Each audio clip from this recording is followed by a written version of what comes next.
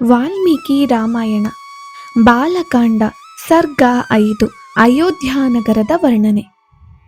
ಎಲ್ಲ ರಾಜರಿಗೂ ಹಿಂದೆ ಪ್ರಜಾಪತಿ ಮನುವಿನ ಕಾಲದಿಂದಲೂ ಸಹ ಯಾವ ರಾಜವಂಶದವರು ಈ ಅಖಂಡ ಭೂಮಂಡಲವನ್ನು ವಶಪಡಿಸಿಕೊಂಡು ಆಳುತ್ತಿದ್ದರೋ, ಯಾರ ವಂಶಸ್ಥನಾದ ಸಗರನೆಂಬ ಚಕ್ರವರ್ತಿಯು ಸಾಗರವನ್ನು ಅಗೆಯಿಸಿದನೋ, ಯಾರನ್ನು 60,000 ಮಕ್ಕಳು ಹಿಂಬಾಲಿಸಿ ಹೋಗುತ್ತಾ ಕೂಡಿದ್ದರೋ ಅಂತಹ ಇಕ್ಷ್ವಾಕು ರಾಜವಂಶದಲ್ಲಿ ರಾಮಾಯಣವೆಂಬ ಮಹಾಚರಿತ್ರೆಯು ಹುಟ್ಟಿತೆಂದು ಹೇಳಲ್ಪಟ್ಟಿದೆ.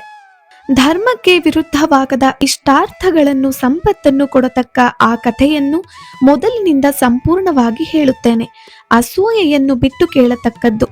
ಕೋಸಲ ಎಂಬ ಪ್ರಖ್ಯಾತವಾದ ರಾಜ್ಯವೊಂದು ಧನಧಾನ್ಯಗಳಿಂದ ಸಮೃದ್ಧವಾಗಿ ಸಂತೋಷಭರಿತರಾದ ಜನಗಳಿಂದ ಕೂಡಿ ಸರಯೂ ನದಿಯ ತೀರದಲ್ಲಿ ಕಂಗೊಳಿಸುತ್ತಿದೆ. ಆ ದೇಶದಲ್ಲಿ ಲೋಕ ಪ್ರಖ್ಯಾತವಾದ ಅಯೋಧ್ಯೆ ಎಂಬ ಪಟ್ಟಣವಿದೆ. ಆ ಪಟ್ಟಣವು ಸಾಕ್ಷಾತ್ ಮನು ಚಕ್ರವರ್ತಿಯಿಂದ ನಿರ್ಮಿತವಾದದ್ದು.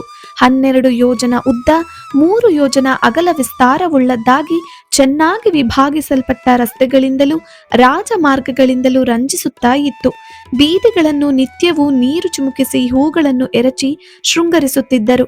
ದಶರಥನೆಂಬ ರಾಜನು ರಾಜ್ಯವನ್ನು ಚೆನ್ನಾಗಿ ವೃದ್ಧಿಪಡಿಸಿಕೊಂಡು ದೇವಲೋಕದಲ್ಲಿ ದೇವೇಂದ್ರನಂತೆ ಈ ನಗರದಲ್ಲಿ ರಾಜ್ಯಭಾರ ಮಾಡುತ್ತಿದ್ದನು. ನಗರದಲ್ಲಿ ತೋರಣದ ಹೊರಬಾಗಿಲುಗಳು ಚೆನ್ನಾಗಿ ವಿಭಜಿಸಲ್ಪಟ್ಟ ಅಂಗಡಿ ಸಾಲುಗಳು, ನಾನಾ ವಿಧವಾದ ಯಂತ್ರಗಳು, ಆಯುಧಗಳು, ಅವುಗಳನ್ನು ಸಜ್ಜುಗೊಳಿಸಲು ಶಿಲ್ಪಿಗಳು ಮತ್ತು ಕಲೆಗಾರರು ಇರುತ್ತಿದ್ದರು. ವಂದಿ ಮಾಗಧರಿಂದ ಕೂಡಿ ಮಹದೈಶ್ವರ್ಯದಿಂದ ಶೋಭಿಸುತ್ತಿದ್ದ ಆ ನಗರದಲ್ಲಿ ಎತ್ತರವಾದ ವೇದಿಕೆಗಳ ಮೇಲೆ ಧ್ವಜಗಳಿಂದ ಕೂಡಿ ವಿರಾಜಿಸುತ್ತಿದ್ದ 100 ಶತಘ್ನಿ ಅಂದರೆ ಫಿರಂಗಿಗಳಿದ್ದುವು. ನರ್ತಕಿಯರ ಗುಂಪುಗಳಿಂದ ಕೂಡಿದ ಆ ಪಟ್ಟಣದಲ್ಲಿ ಮಾವಿನ ತೋಪುಗಳು, ಉದ್ಯಾನವನಗಳು, ದೊಡ್ಡದಾದ ಕೋಟೆಯ ಗೋಡೆಯೂ ಇದ್ದವು. ಹೊರಗಿನವರಿಂದ ದಾಟಲು ಅಸಾಧ್ಯವಾದ ಕಂದಕದಿಂದ ಕೂಡಿದ ಆ ನಗರದಲ್ಲಿ ಆನೆ, ಕುದುರೆಗಳು, ಹಸುಗಳು, ಒಂಟೆಗಳು, ಕತ್ತೆಗಳು ತುಂಬಿದ್ದವು. ಕಪ್ಪಗಳನ್ನು ತಂದೊಪ್ಪಿಸತಕ್ಕ ಸಾಮಂತ ರಾಜರುಗಳಿಂದಲೂ ನಾನಾ ದೇಶವಾಸಿಗಳಾದ ವರ್ತಕರಿಂದಲೂ ಕೂಡಿ ರತ್ನಖಚಿತವಾದ ಅರಮನೆಗಳಿಂದಲೂ ಎತ್ತರವಾದ ಗೋಪುರಗಳಿಂದಲೂ ಕೂಡಿದ ಸಾರ್ವಜನಿಕ ಮಂದಿರಗಳಿಂದಲೂ ಕೂಡಿ ಆ ನಗರ ದೇವೇಂದ್ರನ ಅಮರಾವತಿಯಂತಿದ್ದಿತು. ಹಾಗೂ ಚಿತ್ರತರವಾಗಿ 8 ಮೂಲೆಯ ಆಕೃತಿಯಲ್ಲಿ ಉತ್ತಮರಾದ ಸ್ತ್ರೀಯರ ಸಮೂಹಗಳಿಂದಲೂ ರತ್ನಗಳಿಂದ ಅಲಂಕೃತವಾದ ವಿಮಾನ ಗೃಹಗಳಿಂದಲೂ ಏರು ತಗ್ಗುಗಳಿಲ್ಲದ ಸ್ಥಳಗಳಲ್ಲಿ ನಿರ್ಮಿತವಾದ ಮನೆಗಳಿಂದಲೂ ತುಂಬಿದಿತು. ನೆಲ್ಲು, ಅಕ್ಕಿ ಸಮೃದ್ಧವಾಗಿರುತ್ತಿತ್ತು. ನೀರು ಕಬ್ಬಿನ ಹಾಲಿನಂತೆ ಮಧುರವಾಗಿತ್ತು. ಭೇರಿ ಮೃದಂಗಗಳು, ವೀಣಾವಾದ್ಯಗಳು, ತಮಟೆಗಳು ಆ ಪಟ್ಟಣದಲ್ಲಿ ಅಲ್ಲಲ್ಲೇ ಧ್ವನಿಗೈಯುತ್ತಿದ್ದವು.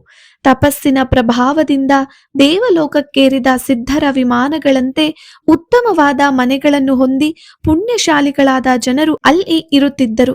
ಅಲ್ಲಿಯ ಯೋಧರು ರಣಪಂಡಿತರು, ಒಳ್ಳೆಯ ಕೈಚಳಕವುಳ್ಳವರು, ಶಬ್ದದಿಂದಲೇ ಗುರುತಿಸಿ ಬಾಣ ಬಿಡುವವರಾದರೂ ಅವರು ಅಸಹಾಯಕರನ್ನು, ಅನಾಥರನ್ನು ಪಲಾಯನ ಮಾಡಿ ಓಡಿ ಹೋಗುವವರನ್ನು ವಧಿಸುವವರಲ್ಲ.